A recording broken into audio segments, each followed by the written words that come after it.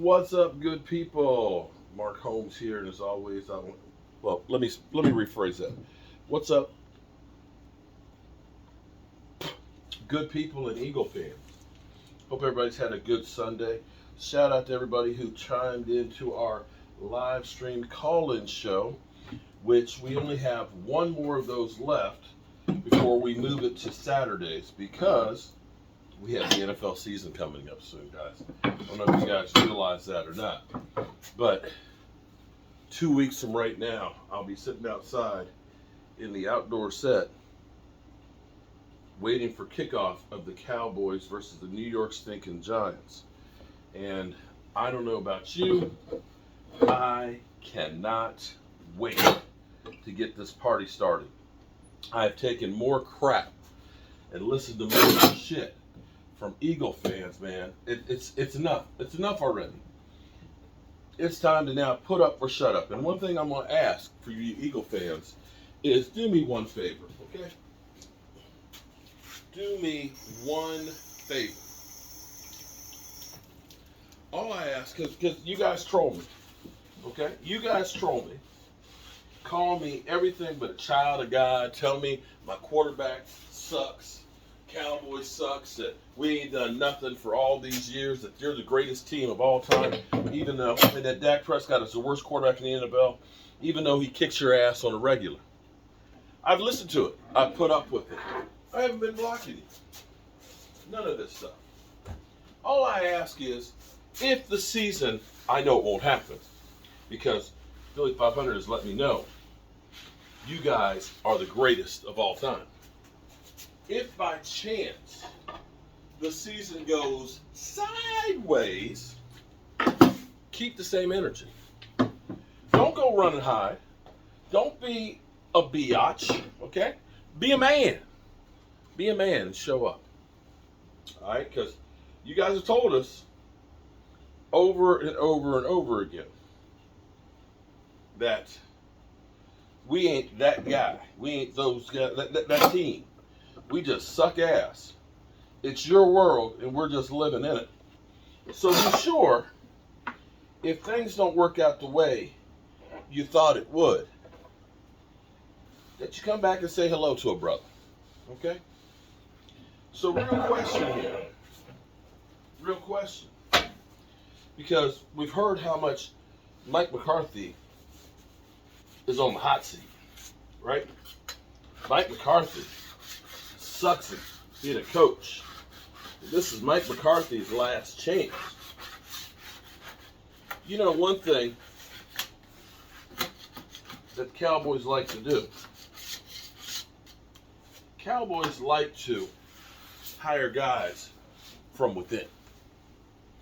I know it's a little premature because I think Dak Prescott's got multiple years in front of him. But here's the thing that's kind of interesting is, one of the things Jerry Jones has liked to do is hire guys from within the organization. Promote from within. Kellen Moore, backup quarterback. Jason Garrett, backup quarterback. Guys that have been brought into the system. We've seen lots of former players of the Cowboys become coaches. And is it conceivable that when Dak's done playing, that he decides not to take the path of Dallas former quarterbacks and go to the booth? Could it be that Dak Prescott's passion could actually be coaching on the field? Now, let's be clear here.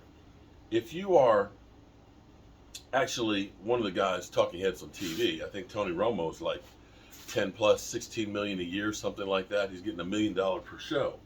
You're getting a whole lot more money being in the booth than you are being on the field. And the great thing about being in the booth versus being on the field, as John Gruden found out when he went back, is you don't get hated.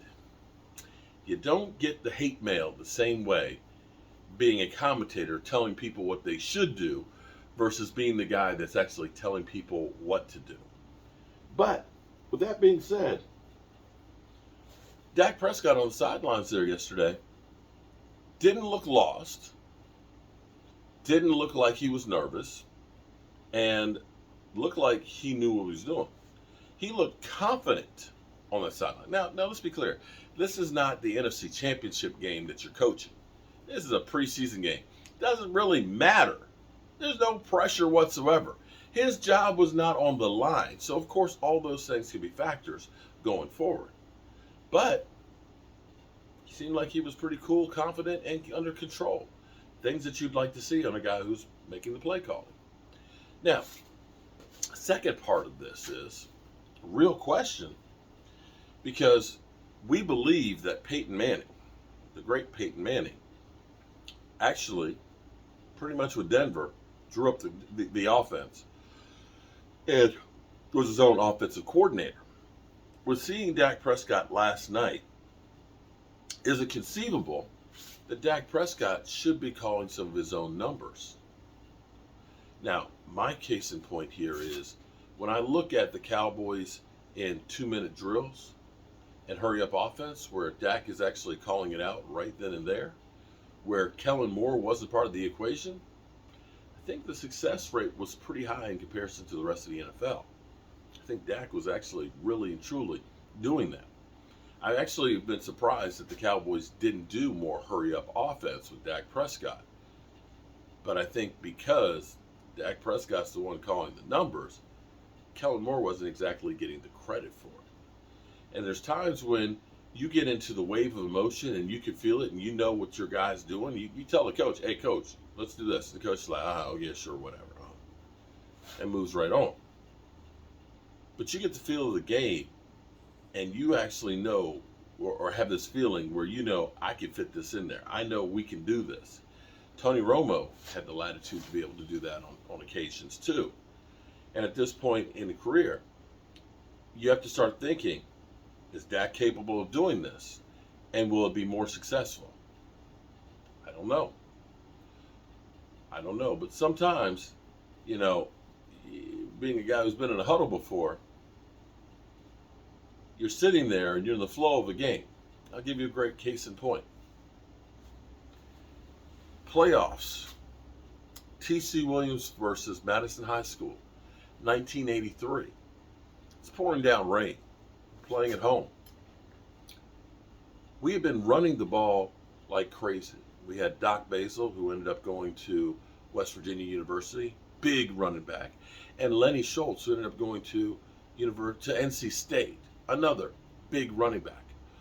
Both of those guys were over 100 yards. It's pouring down rain. We've got the ball first down on the 20-yard line, down 19-17. Been running the ball all night. Coach decide, let's pass it. It's raining cats and dogs.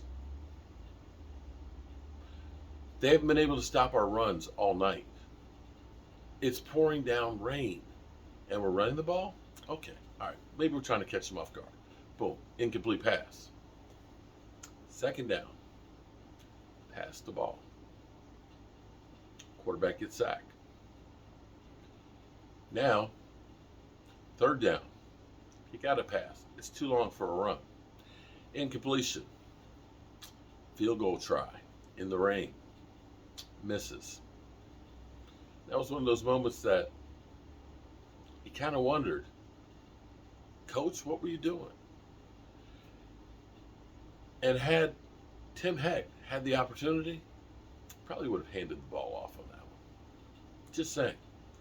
It'd be interesting in certain situations. Give your quarterback, or at least take a lot of heavy input from that guy. Anyway, I've got to paint all of these pieces over here because it looks like I'm making cell block C, but actually I'm making probably the biggest dog kennel I've ever made before. This sucker's going to be 8 feet long for 3 dogs. Yeah, it's cell block C, literally, for the dogs. Hope y'all having a great night. I'm going to get this stuff painted, and then I can finally call it a day because I've got all my pieces cut that I needed to cut. Those pieces that I just glued up are going to be the bottom rails for the doors that I have to make for the downstairs bedroom and the closet, because I've got the other pieces already cut. I've got all of the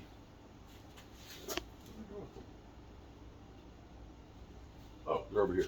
I've got all these pieces, which are the rest of the cabinet doors and the vanity doors cut. And I've got these all made for, this is part of a door. Yeah, that's right. We make our own doors here. And so paint that stuff. It's been a great day. One other thing, it's kind of funny.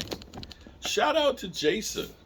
I got an email from a Jason somebody who literally, I take it he's an Eagle fan because he calls him Mozzie Pad, and literally said, I don't know how YouTube allows you jackasses to do circle jerks on the internet, because that film breakdown you did of Mozzie Smith is full of shit.